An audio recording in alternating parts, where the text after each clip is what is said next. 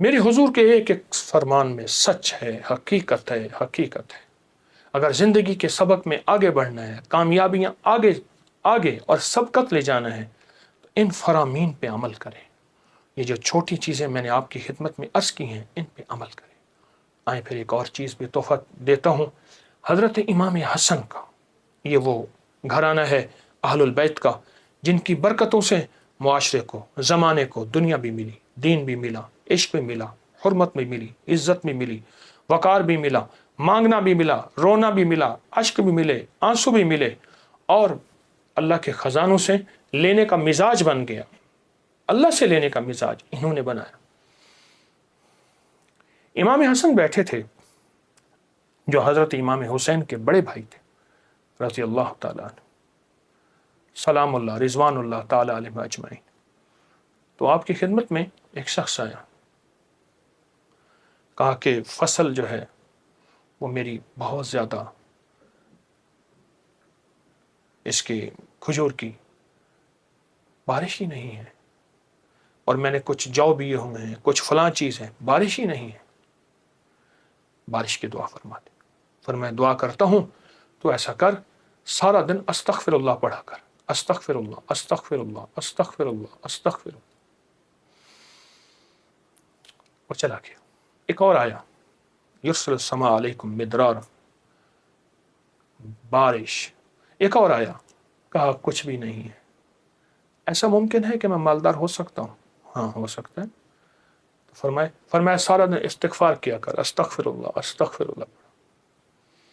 ایک اور آیا، کہا گھر نہیں ہے، جھونپڑا بھی نہیں ہے، کہ مجھے گھر مل سکتا ہے؟ فرمایا ہاں مل سکتا ہے۔ فرمایا کیا؟ میں استغفار کیا کر، سارا دن استغفر اللہ پڑھا کر، بہت پڑھا کر۔ ایک اور آیا، اس نے کہا میں چاہتا ہوں میرے باغ ہوں اور میں باغات کا مالک ہوں، مجھ جیسا فقیر تنگ دست ایسا ہو سکتا ہے؟ میں ہو سکتا ہے۔ میں کیا؟ میں استغفار کیا کر۔ جو سائل آ رہا تھا اسے استغفار بتا رہے تھے۔ جب سارے سائل چلے گئے تو غلام نے پوچھا آقا آج آپ نے ہر بندے کو استغفار ہی بتایا ہے، کیا وجہ ہے؟ اور میں اللہ نے قرآن میں فرمایا ہے کہ جب تم استغفار کو لازم پکڑو گے، جب استغفار کو لازم پکڑو گے، پھر میں بارشیں برساؤں گا، پھر میں پھل دوں گا، پھر میں بیٹے دوں گا۔ اس میں ایک سائل وہ بھی آیا تھا جس کی اولاد نہیں تھی، اسے بھی فرمایا استغفار کر، اور اس نے میاں بیوی نے خوب استغفار کیا اور اپنے بیٹے عطا فرمائے۔ مدرارا بے اموال و بنی، انہارا، بیٹے، نہریں، نعمتیں، میوے، رزق، استغفار۔ اچھا استغفار سے مراد کیا ہے؟ استغفار، میں کسی ملک کے ایئرپورٹ پہ جا رہا تھا تو ایک صاحب نا 4 ویل والا وہ بڑا سا وہ تھا بریف کیس، اس کے ہینڈل سے اس کو چلائے جا رہے تھے ایسے تیزی سے، تو ایک دم فلائٹیں نکل رہی تھیں، راستہ تھا، تو ایکسکیوز می ایسے کرتے نہیں، یوں نکل رہے تھے، تو مجھے استغفار یاد آیا، اور ایکسکیوز می کہتے تھے نا لوگ راستہ دے دیتے تھے۔